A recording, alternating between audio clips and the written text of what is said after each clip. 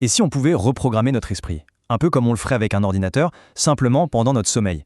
C'est la promesse assez incroyable de la méthode de Bruce Lipton qu'on va décortiquer aujourd'hui. Une technique qui permettrait d'installer de nouvelles croyances directement dans notre subconscient.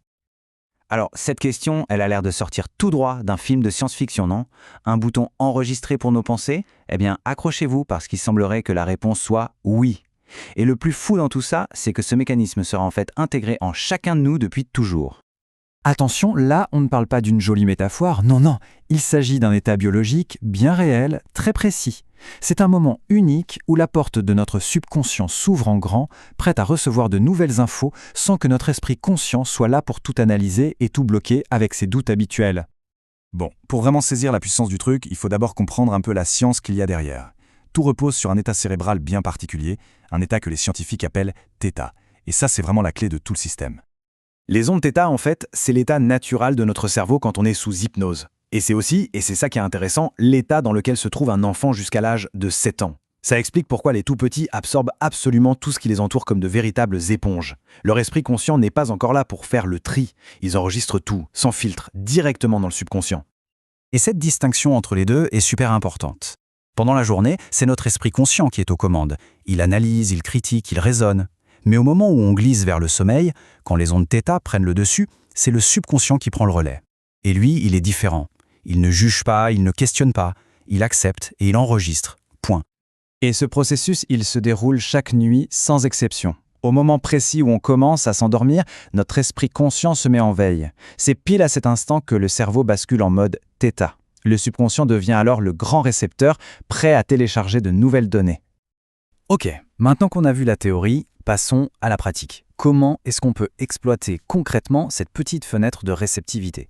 Vous allez voir, la méthode est d'une simplicité déconcertante et vraiment accessible à tout le monde. Cette phrase de Bruce Lipton, elle résume absolument tout. C'est ce moment précis, juste après que le conscient s'est endormi, qui est notre porte d'entrée. C'est là et seulement là qu'il faut agir pour reprogrammer la machine. Alors la technique est hyper simple, elle se fait en 3 étapes. D'abord, on choisit avec précision ce qu'on veut changer, une croyance qui nous limite, une nouvelle habitude à prendre. Ensuite, on se prépare un enregistrement audio qui affirme cette nouvelle réalité. Et enfin, on met ses écouteurs au moment de se coucher, on lance l'audio et on se laisse simplement partir dans le sommeil. C'est tout. Et le plus contre-intuitif dans tout ça, c'est qu'on n'a pas besoin d'écouter consciemment. Le matin, on se souviendra peut-être même de rien. Et c'est parfaitement normal. C'est parce que le message n'était pas pour l'esprit conscient. Il était pour le subconscient qui, lui, a été à l'écoute toute la nuit, en train de télécharger tranquillement les nouvelles instructions. Mais alors, concrètement, qu'est-ce que ça peut changer? Si on peut installer n'importe quel programme, quelles sont les limites? Explorons un peu les résultats qu'on peut espérer avec une telle pratique et ce que ça pourrait vouloir dire pour notre vie. Honnêtement, les applications donnent le vertige. On peut imaginer installer des programmes pour améliorer sa santé, pour attirer plus de bonheur ou pour renforcer ses relations. En théorie, tout ce qu'on souhaite voir arriver dans sa vie peut devenir la base d'un programme à écouter la nuit. Au final, toute l'idée se résume à ça. Une seule action, toute simple, répétée soir après soir, peut agir comme un levier immense pour transformer toute une vie. C'est vraiment le principe du changement profond avec un effort minimal. Ce qui nous amène à une dernière question et pas des moindres. Face à un tel pouvoir de reprogrammation, quelle serait la toute première instruction à donner à son subconscient? S'il fallait choisir un seul et unique programme à lancer dès ce soir pour commencer à façonner une nouvelle réalité, lequel serait-ce?